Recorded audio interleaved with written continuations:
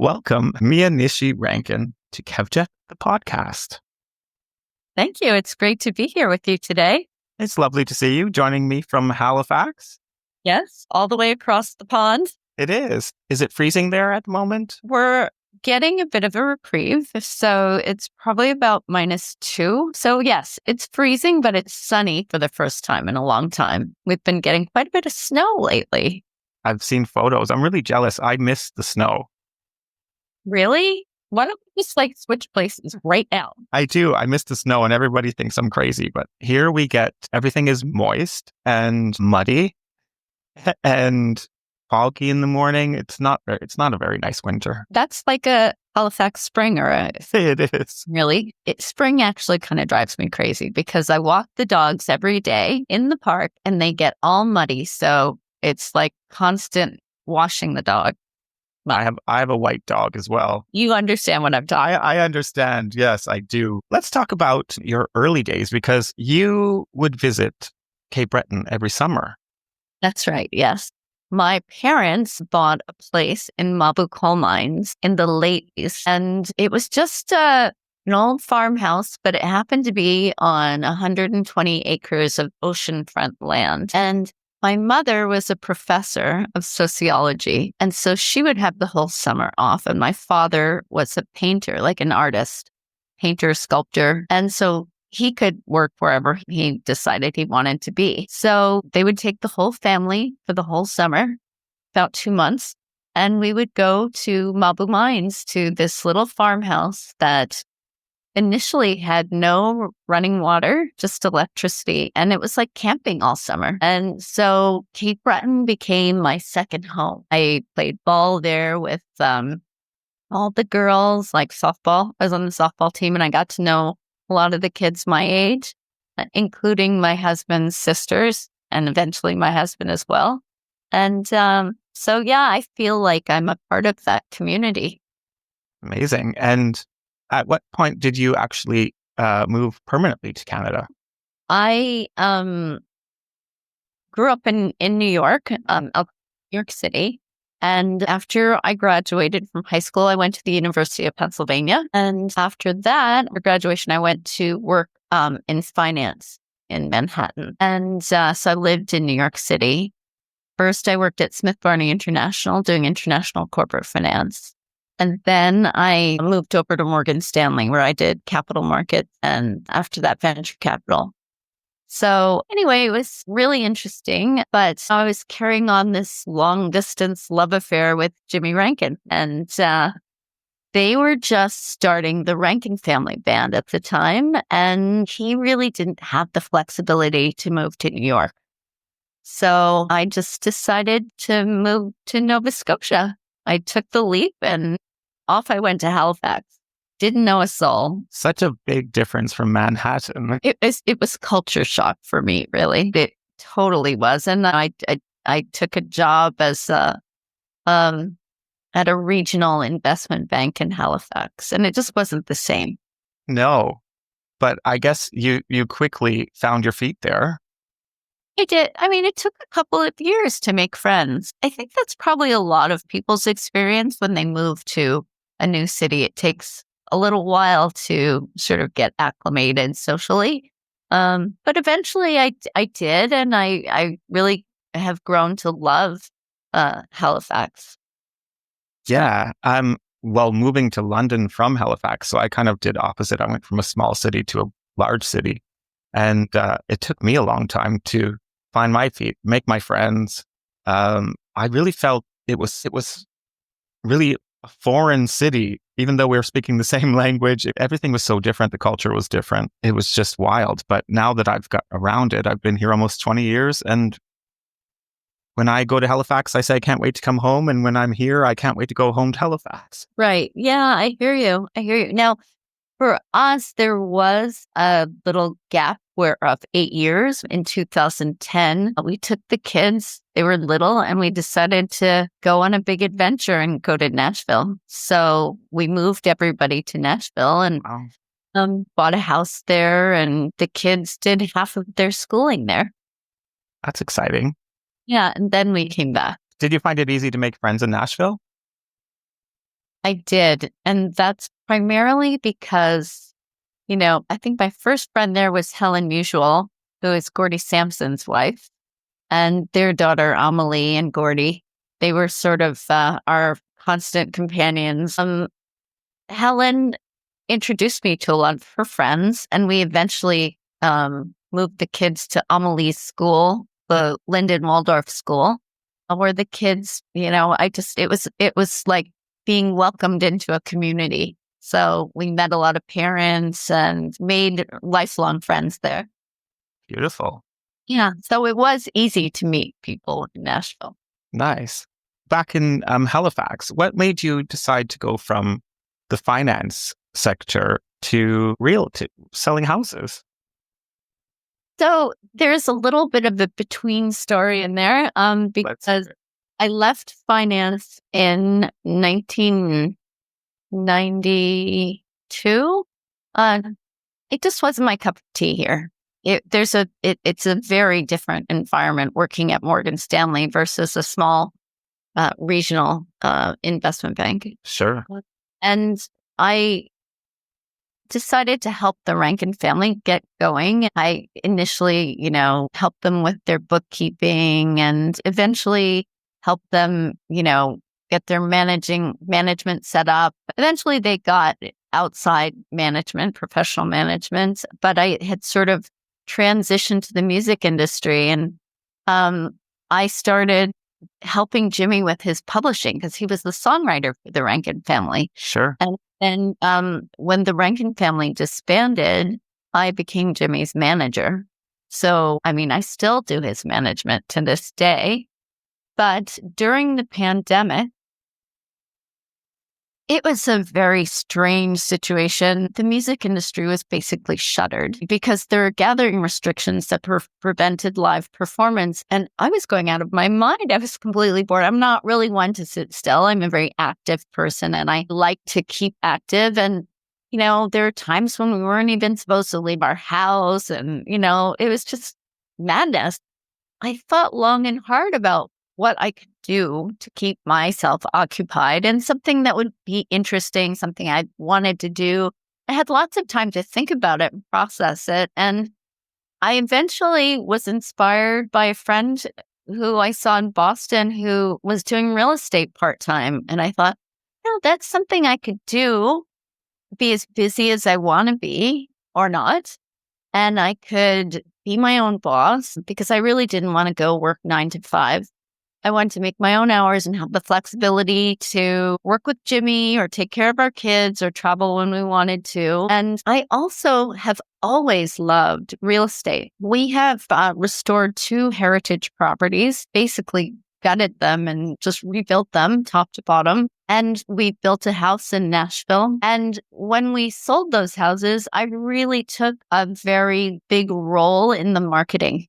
Just naturally, I wrote the property descriptions because who better to write it than me? I was so familiar with the house, and I just have always followed real estate, enjoyed every aspect, and I enjoy jobs where I get to do different functions. So it's not the same rote sort of duty every day. And with real estate, you can do that. There's marketing, there's client management and a lot of client FaceTime, which I love. I love talking to people. Sure. And I guess you get to go and just have a mooch in people's houses and see how they decorate and what inspires different people. And the architecture is just to die for.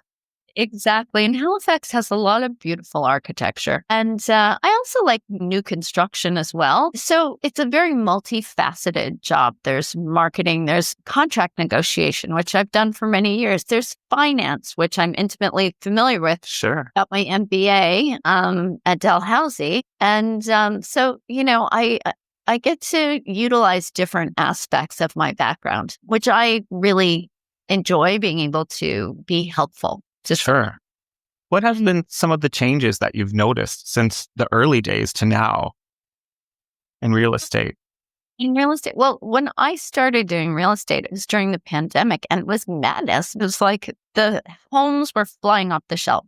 interest rates were low and people needed a place to live. And so there were, you know, incredible multiple offers. Like sometimes there might be 16 to 20 offers on one home.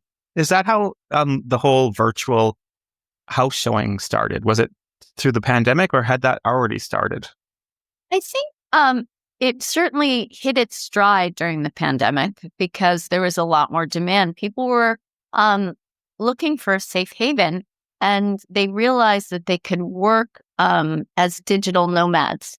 So it encouraged people from Ontario and BC and Alberta to say, hey, I can come back home, I can work and have more affordable housing. So that's, people were doing showings virtually because it was too difficult for people to travel during the pandemic.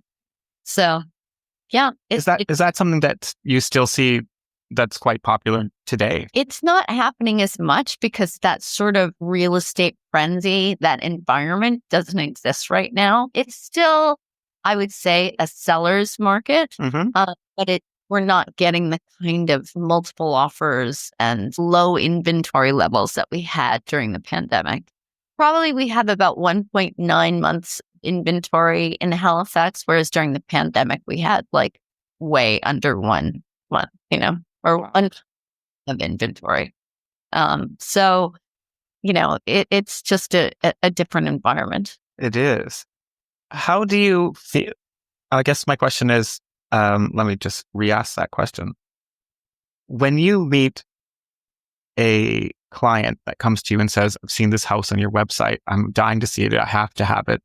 You fall in love with this family. What is that relationship like? Because you can't just pick and choose a family yourself, can you? It goes through so many different other aspects about that. But so if you fall in love with the family, and are you working harder for that family? So are you talking about it's my listing? So I represent. So if it's your listing, I'm the seller's realtor. So if there's one party that comes to the table and one family that says, I love this house, then I can say, well, I'm very clear about it. We signed paperwork to that effect that I represent the seller's interest. I'm the agent for the seller. Right. However, if the family wants me to, I can represent them as a customer. I can treat them as a customer. I don't represent them. I can treat them like a customer and I can write the offer for them, but I can't give them any advice. Some people are fine with that. In the trade, we call it double ending. But the minute there are multiple offers, if there was, say, 2 buyers who are interested, I would refer that out to colleagues because it's really not fair for anybody for me to try and represent 3 different parties. It's not good for me. It's not good for them. So I avoid that. And so during the pandemic, when places were selling like crazy, that must have been such a difficult thing to manage. It was, but I mean, I would just basically have a list of trusted associates that I would refer business to because a lot of people really, they come with no realtor because they don't really know, they don't have connections in real estate. So, I always find them the best representation I can. Do you find that there are trends in real estate, or do you find that everything is sort of goes back to day one of real estate? Well, there are trends in real estate, and I try and keep up with those trends by, reading the New York Times, The Economist, the Globe and Mail, the local paper, Access Nova Scotia. And so that's important. And then my brokerage, Royal LePage Atlantic, also engages in a lot of research. And we have weekly meetings where they update us on the latest trends. And so, yes, there are trends, and their trends are driven a lot by interest rates. Really, that's a primary driver. Interest rates fall, and more buyers return to the market. Like a lot of people left the market and decided to sit on the sidelines when interest rates were rising because they were waiting for them to fall again. And now I thought last fall would be fairly busy, but I don't think it really, I think a lot of people were still sitting on the sidelines waiting for interest rates to drop in the spring. But actually, I don't think they really need to do that because they could just get a variable mortgage and lock in when they felt the interest rates hit their stride, Sure. mark that they wanted to see. What would be the percentage of people looking to buy a new build compared to a historic property? Oh, that's a toughie. I don't have those statistics, but I can up and find out for you. It The reason why I think that's a hard metric is because, for example, on the peninsula, there aren't a lot of new construction homes. So people don't really have a choice. So it's more a function of what's available.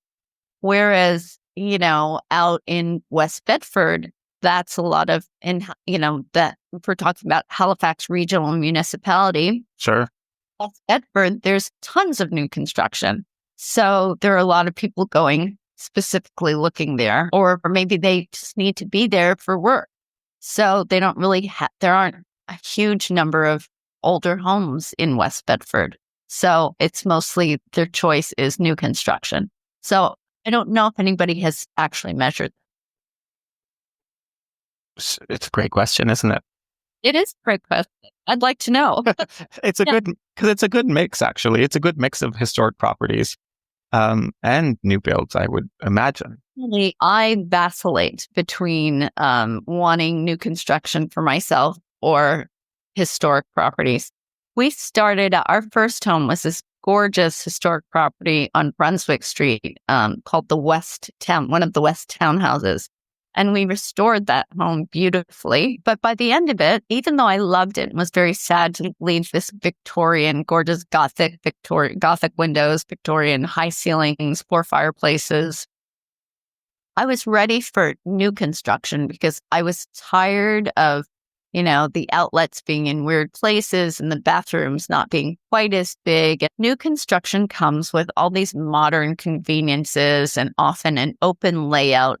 Victorian homes are very closed in because of the heating requirements that they had in Victorian times. Everything was meant to be divided into small rooms that could be heated by coal burning fireplaces.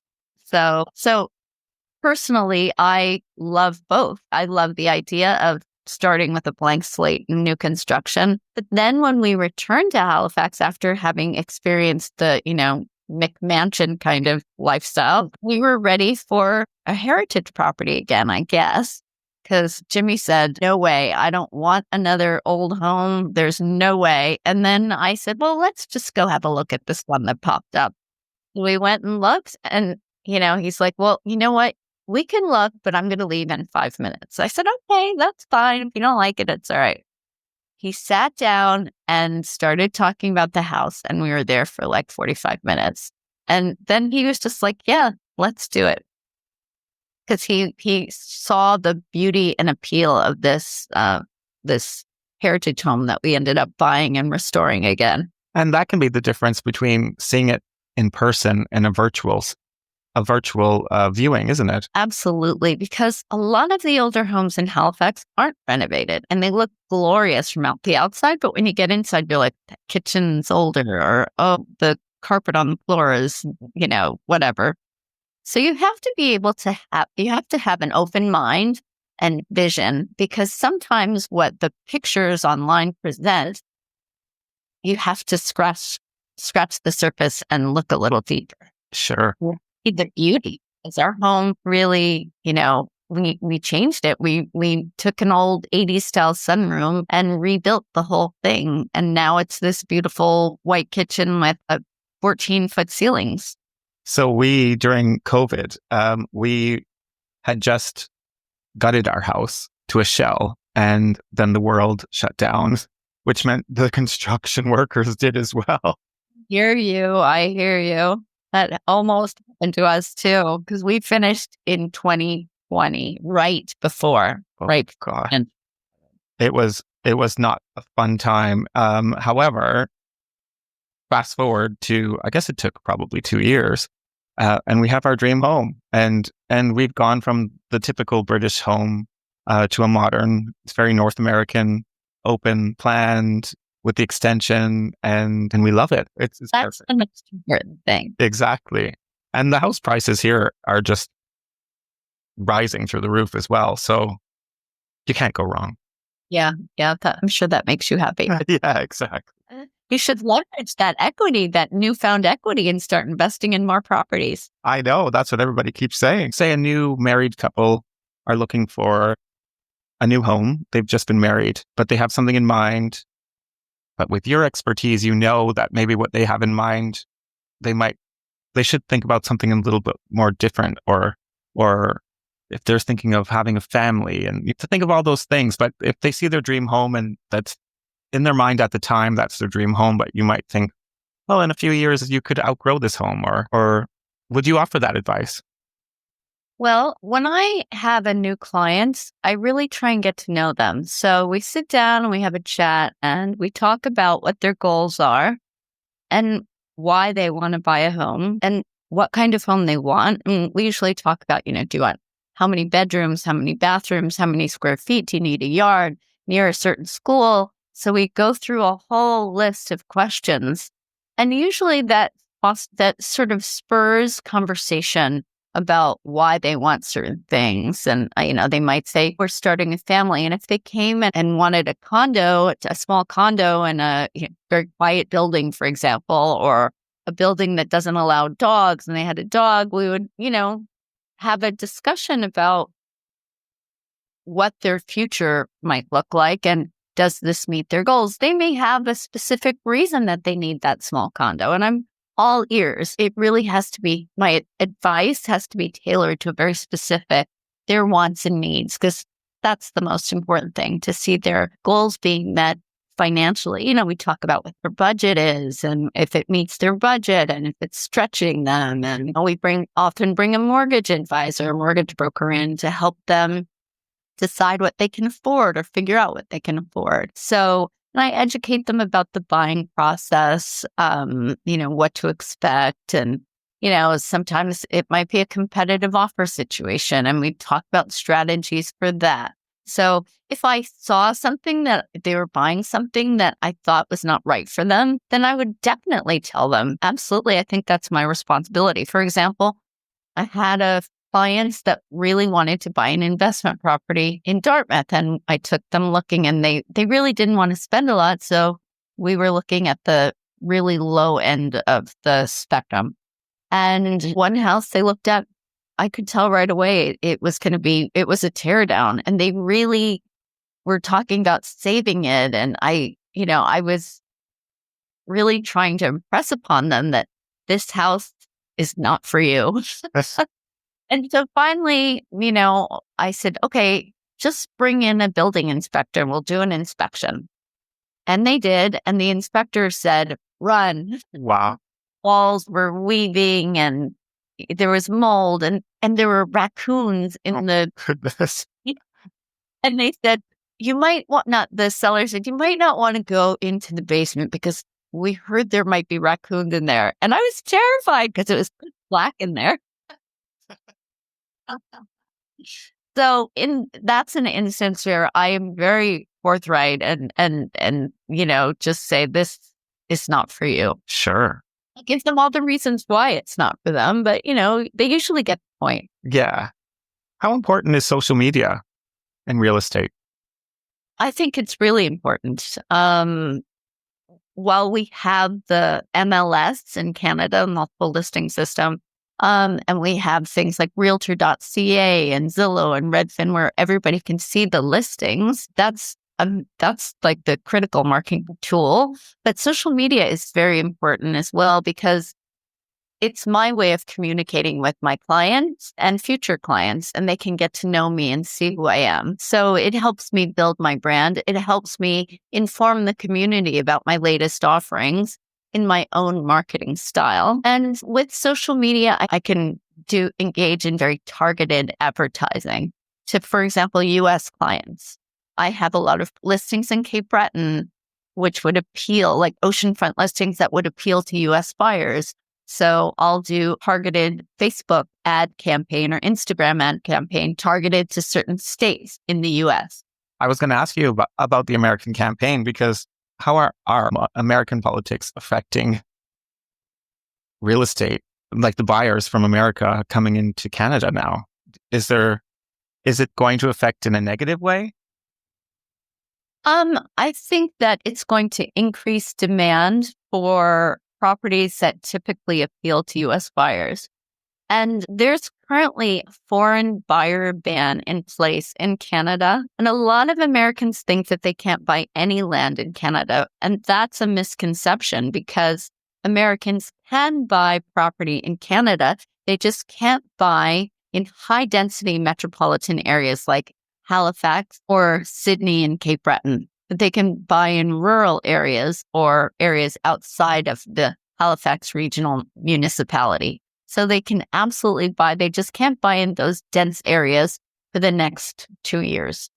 So that's good to know. So yeah, Americans can certainly buy here. I know, like in the South Shore, where I'm from, there are lots of people who have come from Europe and bought old homes and restored them, and they use them as B&Bs or Airbnbs even. But they've restored these old homes that nobody was buying locally, and they're so beautiful when I drive home now. Yes, that's very true. And you know what's interesting we're starting to see now is there is a wave of Germans that came and bought a lot of rural properties because they love the woods and the rural nature of Canadian sort of forests and things like that. But a lot of them are getting old now and they don't want to come. So we're actually selling those properties for these European buyers decades ago. Wow. Yeah. They're stunning as well. Yeah. Well, now, with the Canadian dollar at so low vis-a-vis the US dollar, Canada becomes so affordable, and our oceanfront already was affordable. I mean, look at it in comparison to oceanfront in Massachusetts or Maine, or it's a fraction. That's right. Real, the beauty, you get the safety, you get a vibrant culture, you get the seafood, a beautiful lifestyle. It is beautiful. And that sort of escape, that get away from it all feeling in Cape Breton. Yeah. I love that you promote local businesses, and that's part of your social media, as well as your cocktails that you and Jimmy do, which I also love. But how important is engaging with local businesses for you? It's really important because community is very important. In any walk of life, I think community is important. And I like to support that because I think people who are moving to an area would like to know what kind of community they're getting involved with. Sure. So I like to educate people as to, where the best bakery is, or where my favorite restaurant is, or, where you can buy really cool home goods and cookies, steak, whatever. I take notice of those things, and I feel that I would like to educate people about our community and all the things about it. Of course, it's sort of the whole package when it comes down to you as a real estate agent, because everybody gets to see all of that, not just a home, but they see the community. And I think that's amazing. And I love following your social media. Thank you. It's very real. It's very real. And it's a great promotion of home. Also, I think I'd like to allow people a window to see how I live my life and who I am as a person, not just as a real estate agent, but, how I love my love of cooking, for example, or entertaining, how they'll be treated if they become my client. They get to come to my Christmas party and hear Jimmy sing Christmas carols. And, it's a fun life. And I like doing flower arrangements and all of those things, all the good stuff. Yeah. And I love that you share that and you're very open. And I think that that's definitely a plus on your side. Well, I'm very social and I love, talking with people, meeting new people. And so this is just kind of an extension of that, I guess. Yeah. You get to have fun. So it's work, but it's also fun. Yeah. And you know what? We started doing our cocktail and a song, Friday cocktail and a song in our kitchen, just because it just sort of sprung up very organically, because on Fridays, Jimmy and I would often sit down and have a cocktail and he'd end up singing a few songs, either on the piano or the guitar. or just playing songs on the stereo or whatever. And I said, why don't we make this fun and do this? Because we had this new kitchen, might as well, use it. Exactly. So we started doing that, and it just sort of snowballed from there. And now we're going to restaurants and mixing cocktails with, different bartenders, their favorite drinks. And Jimmy will sing a song, and it's a great way to show people the restaurants we have and the fun that can be had in this town. Exactly. It's a fun town, that's for sure.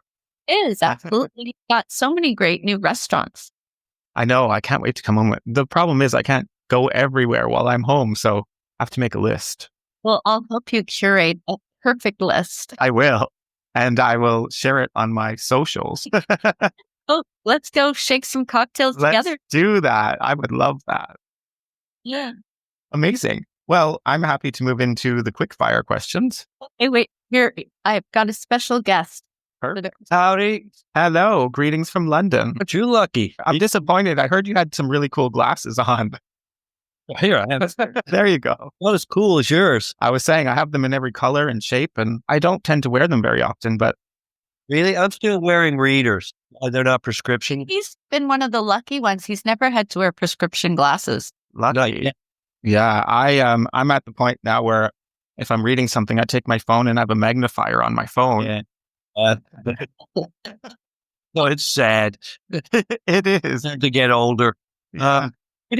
Yeah. There's a great festival in Newfoundland now, Iceberg Alley? Iceberg Alley. Yeah. And I don't know if you know the Steeles from Halifax and Newfoundland. Yes. Yeah.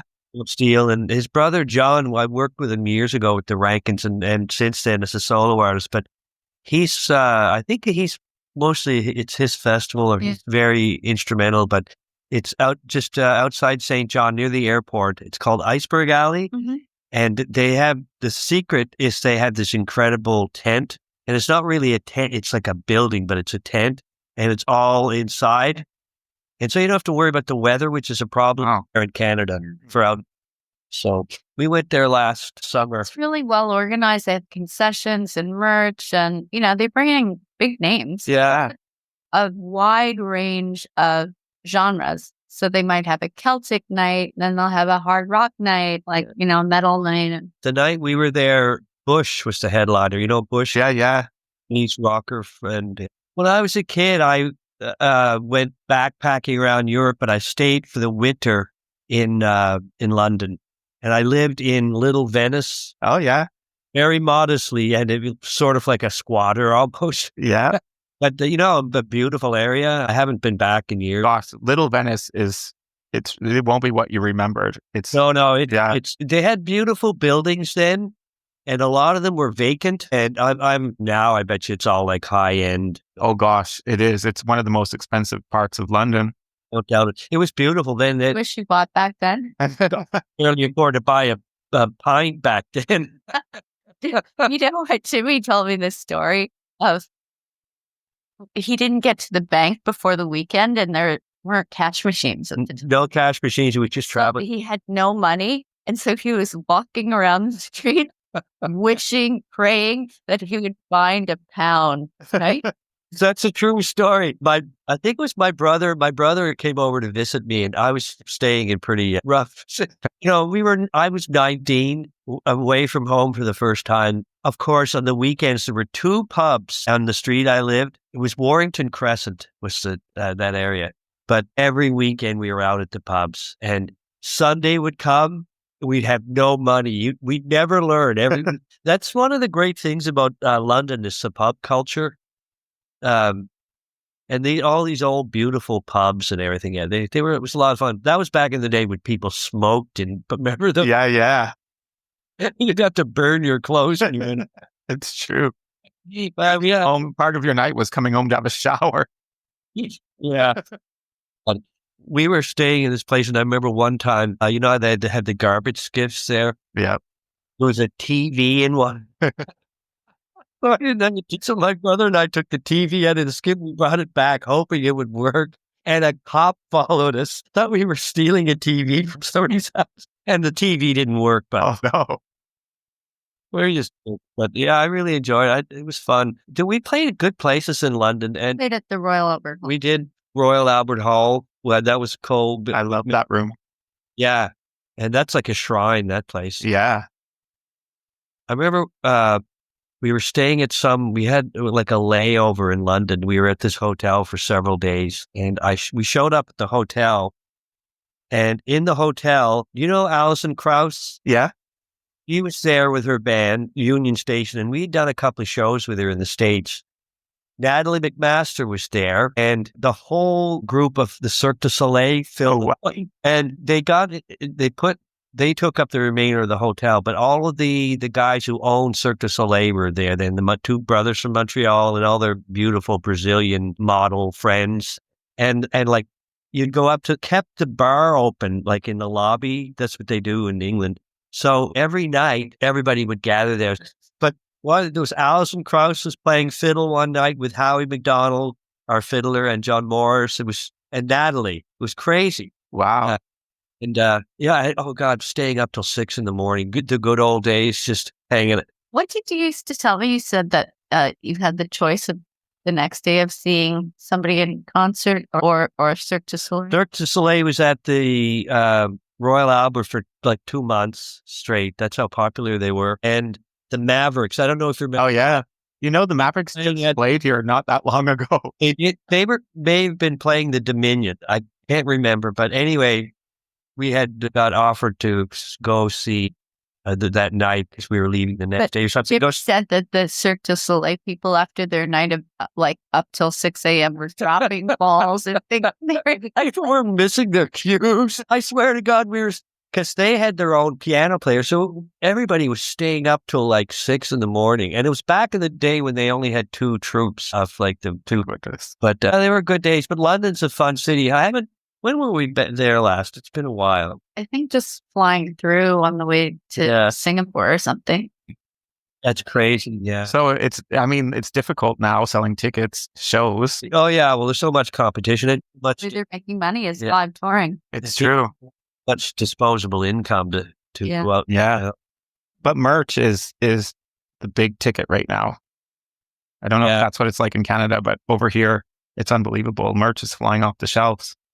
Really? Well, it's still here. Everybody brings out their T-shirts and posters or whatever. Some people are really great at merch. Yeah. John Prine, whom I worked with years ago, his merch sales were crazy. Like any given night, he would just sell. And he'd like beer holders and keychains. Yeah, it's crazy now. The things that what did I see one time? Like a dishcloth. And I was like, who is buying this? And they're like, you wouldn't believe, Kevin, but like it goes off the shelves like crazy. So Jimmy, Kevjet was going to ask us some rapid fire questions. Oh, Jesus. That's what everybody says. Okay. I just did one of these the other day and I was slow. What is your favorite word?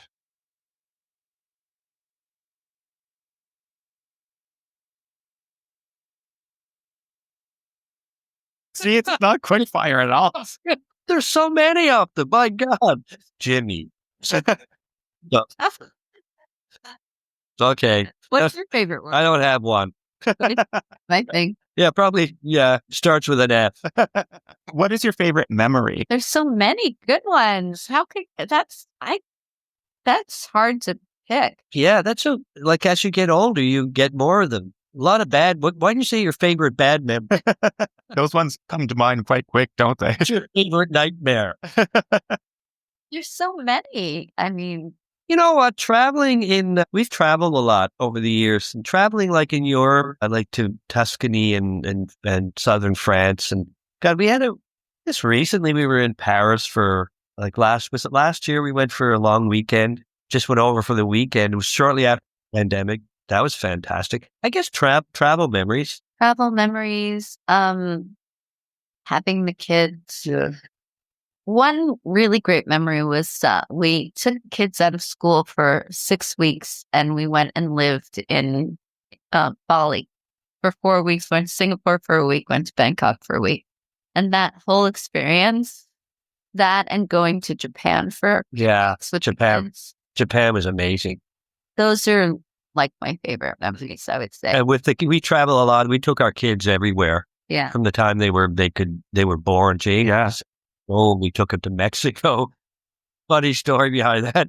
We brought all this stuff. You had to bring a lot of stuff with kids. Taking 6 weeks old, maybe 3 months old. I know this is, I have to tell you this story. It's funny. So we had this little villa rented in near Tulum. It was down in the biosphere. The Ancon biosphere.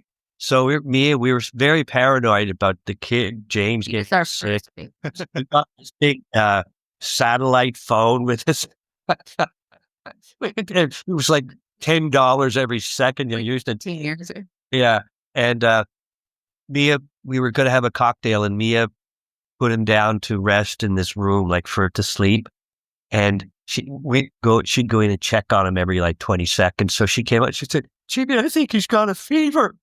So I rushed in, and she's got him dressed in this like big woolly thing. And he was sweating. He was sweating, the poor kid. So I said, take that darn thing off him. So she did. And as soon as she did, he was like, he quit sweating. He went to sleep. It was terry cloth. It wasn't wool. Anyway, we took the kids everywhere. We have a lot of great memories traveling with the kids. Yeah. But I have to say, Bali and Japan were amazing. Yeah. Knowing what you know now, what advice would you give your 18-year-old self? Save. I agree. Well, Because if you start saving early, you don't really, it just builds and compounds like a very small amount. You're ready to retire. the reality is, when we were 18, I told her that. Hey, look, you're wearing an expensive taste. What does success mean to you? Being happy. Because all the money in the world means nothing if you're not happy. But still, save. Did I contradict myself? There's a theme here. Without your health and happiness, your crappy life. It's true. Yeah, It's very true. So with our kids, I encourage them to do things that make them happy as a profession. Don't do stuff for, the prestige or the money. That's very good advice. What is your superpower?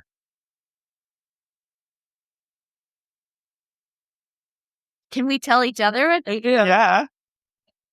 Go ahead, you tell me what my superpower. You're funny. That's it? We laugh all the time. That's your superpower to me. Well, thank you.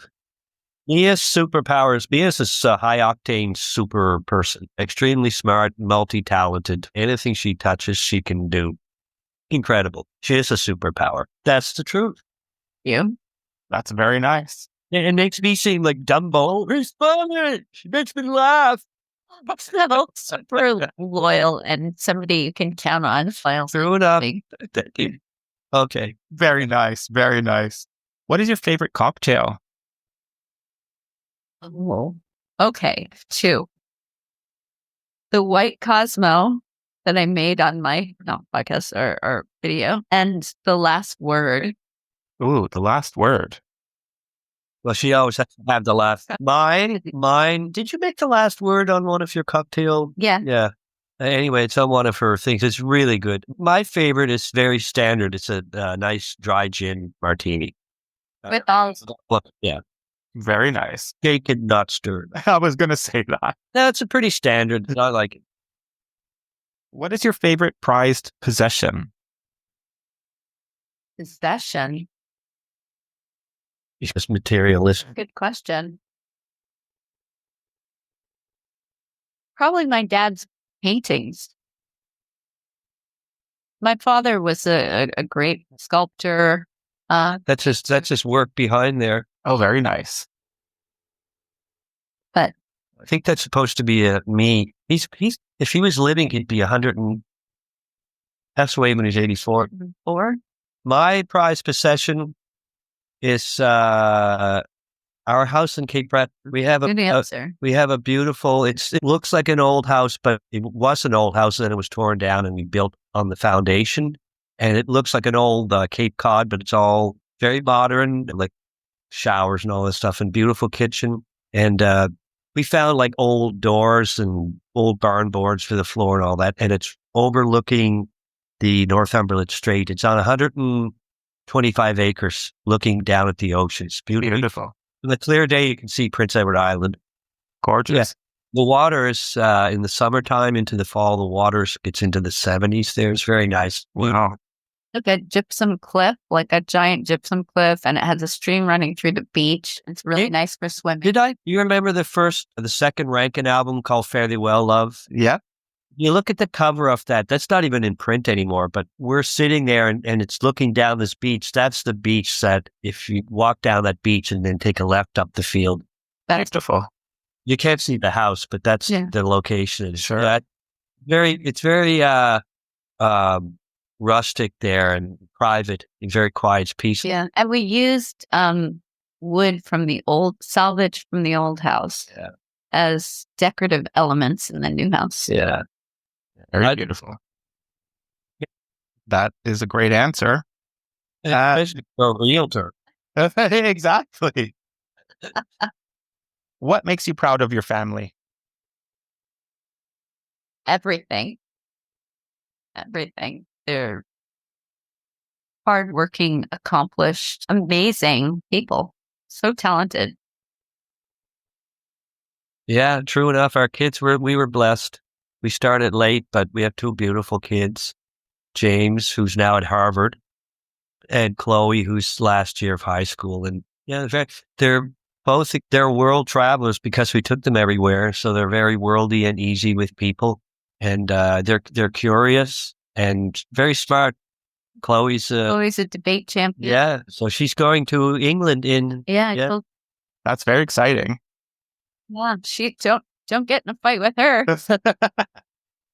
What is your dance like nobody's watching song? Oh, we were just doing that on Friday. We were in our kitchen having a cocktail and we were slow dancing. Funny, we have this kitchen and there's these big windows with no curtains and it looks out over there's apartment buildings like, houses.